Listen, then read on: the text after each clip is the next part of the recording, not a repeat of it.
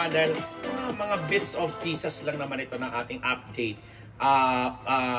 Actually, 3-in-1. Parang coffee, 3-in-1 po ito. Yan. Parang magandang halo-halo na lang kasi mga balitang mga balitang hindi namin gustong palampasin. Charot! Parang news. Anyway, magandang araw po sa inyong lahat. Ambet Nabos po ang inyong lingkod dito sa Ambetable Channel. First item po natin ay itong si Ellen Adarna. Kasi naibalita natin ito noong mga nakarang panahon na pinatulan na niya ang ilang mga bashers niya. Lalo pat yung mga nagko-question at naghahanap dito kay Lloydie, John Lloyd Cruz, nung nagkaroon ng moving up ceremony yung kanyang anak.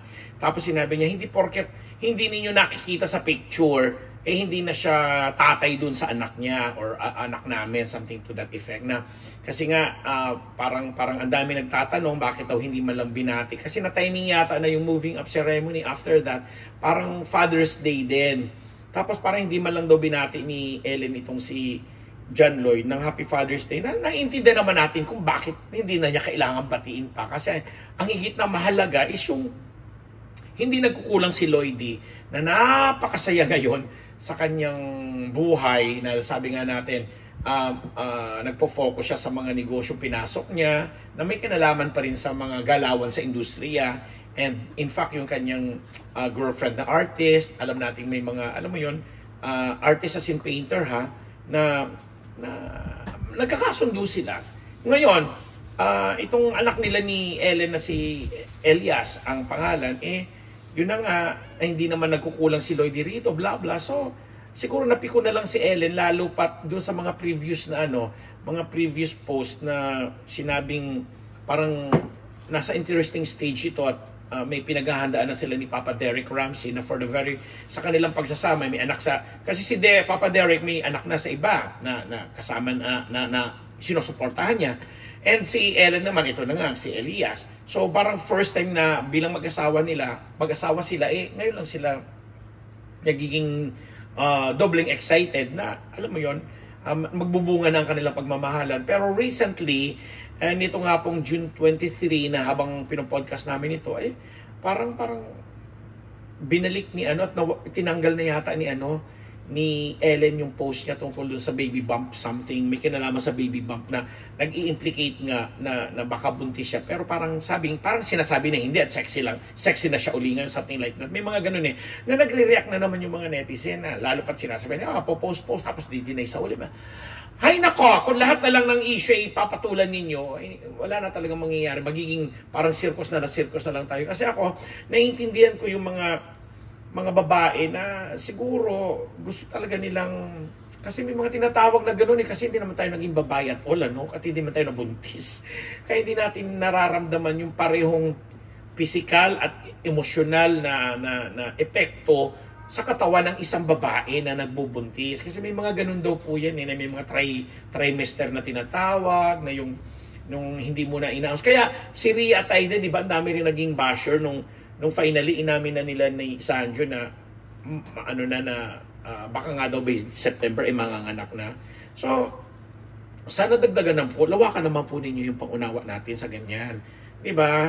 Kasi baka nga ayaw lang munang i-share sa public ang mga ganung kaganapan, especially masela na bagay, dahil gusto nilang kahit man lang sa ganung aspeto maging private. Kasi lalabas din naman ng totoo, lalaki ang tiyan, may mga ospital, may mga doktor, may mga nurses na makakakita, tapos may mga batang lalaki eventually. So, hintayin na lang po natin. Huwag kasi natin minsan pinangungunahan. Minsan ganun tayo nangunguna.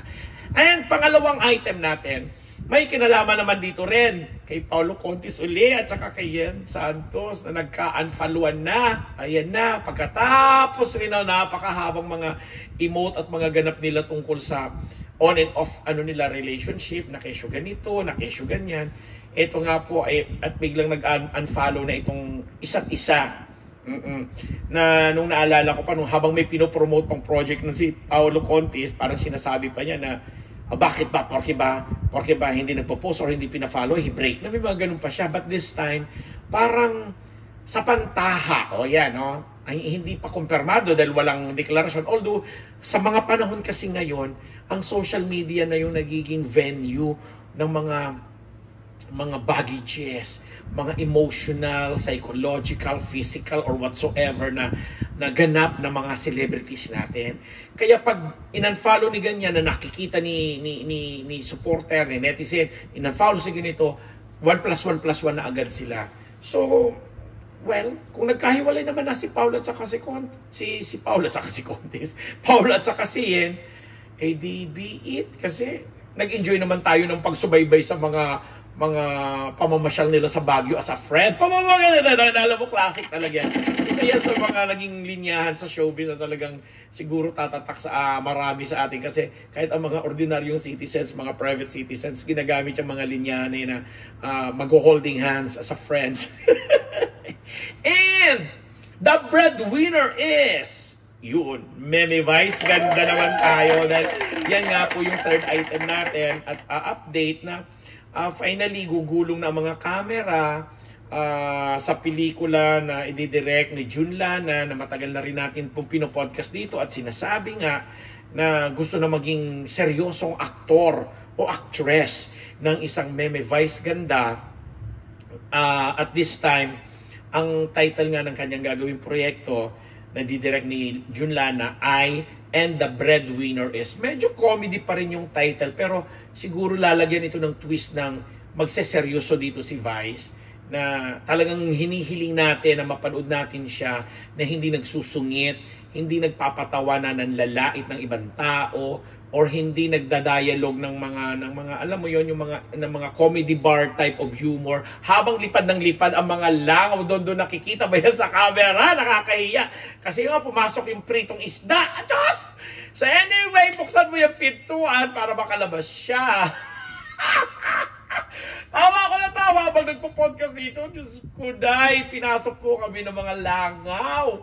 At nandito nga sila lipad ng lipad sa mga liwanag ng ilaw namin. Diyos ko, Nita, ayusin mo yan. Dahil nga mabago matapos ang ating item na third item natin on Vice Ganda. Yun na nga, magiging malaking challenge at hamon natin ito sa isang Vice Ganda nadidisturb ako doon. Nadidisturb ako, please. Anuhin mo, bugawin mo yan. Bugawin mo, please. Naiinis ako. Hindi ako makapag-concentrate. Pasensya na. Yung mga nanonood sa akin na tinatapos ang mga balita ko, humihingi po ako ng pasensya, ng pangunawa. Kasi talagang hindi po kami nag-i-edit. Dito dire-diretso ko ano yung what you see is what you get, what you hear is what you get. Kasi nga po yung anak ko nagprito ng isdang ulam namin mamaya. Ipinasok yung prito, pinakita sa akin. Ayan, sinundan siya ng langaw. Charot! Diyos mio! Yes, pasensya na. Bago ko patapusin itong podcast na to, yun na nga, sana maging malaking hamon ito. Kasi sabi nga natin, ang mga komedyante, isa yan sa pinakamahuhusay na performers natin pagdating sa sining. Kasi sila yung maraming expressions na gustong ilabas na dinadaan lang nila sa comical way na parang doon nila na ilalabas ang kanilang husay. Pero pag binigyan mo ng pagkakataon, magbibigay ako ng classic example. Si Tito Pidol, Dolphy, ang yumaong Dolphy na hari ng komedya, at ang mga iba pang sumunod sa kanya na si Michael V and si Vic Soto, sino pa ba? Kahit sina Ay de las Alas, na pag nabigyan ng mga seryosong projects, ay mas lumalabas yung galing at husay nila bilang mga artista. Kaya wini-wish namin at the same time challenge si Meme Vice Ganda dito sa gagawin niyang pelikula under direct Jun Lana na And the Breadwinner Is. Sana nga ito na yung klase ng pelikula na alam namin phenomenal box office star ka at maraming record na talagang pumapatok sa takilya ang pelikula mo. Pero sana this time yung pelikulang art naman, di ba yun yung mga ano natin yung mga pinanggalingan na rin ng mga Gloria Romero, Nida Blanca, Charito Solis, sina Amalia Fuentes, Susan Roses, hanggang kina Nora Honor, Vilma Santos, Sharon Cuneta, Marisol Soriano na nagsisimula sila ng ganoon, big star, pero pag nagseryoso naman, lumalabas ang husay. Wini-wish natin yan sa isang Vice Ganda na may kakayahan naman sa hinabahaba na niyang ng tinakbo ng karir niya sa industriya, pwede naman, why not, di ba? Sana nga magtagumpay at hamon namin yan sa'yo, Meme Vice Ganda. And on that note, mga ka-Team Unbearable, mga dito sa Unbearable Channel, sa mga sponsors namin, nagpapa-thank you po kami sa inyong lahat na sana po ay nagustuhan ninyong episode na to na 3-in-1, o di ba nagsimula tayo kay Ellen Adarna, sinundan ng Paulo Contes and Ian Santos, and of course, si Vice Ganda. Di ba, para tipid-tipid lang ng konti sa mga balita kasi hindi naman masyadong emote na pahabaan ng mga chika, no? But at the same time, maraming thank you dahil kayo naman po ang nakikinig, kayong nanonood, kayong magkokomento, kayong magbibigay ng inyong opinion na sana naman po ay nagagawa natin din ng mas makabuluhan at maayos. Kasi yung mga ibang nagkokomento dito na sa channel kong ito, hindi nga subscriber, comment naman ng comment na akala mo sila yung may-ari. Charot! Naganoon ako, Alden Richards. Charot! Muli, maraming thank you sa inyong lahat. Nagpapasalamat. Ambat Nabus po.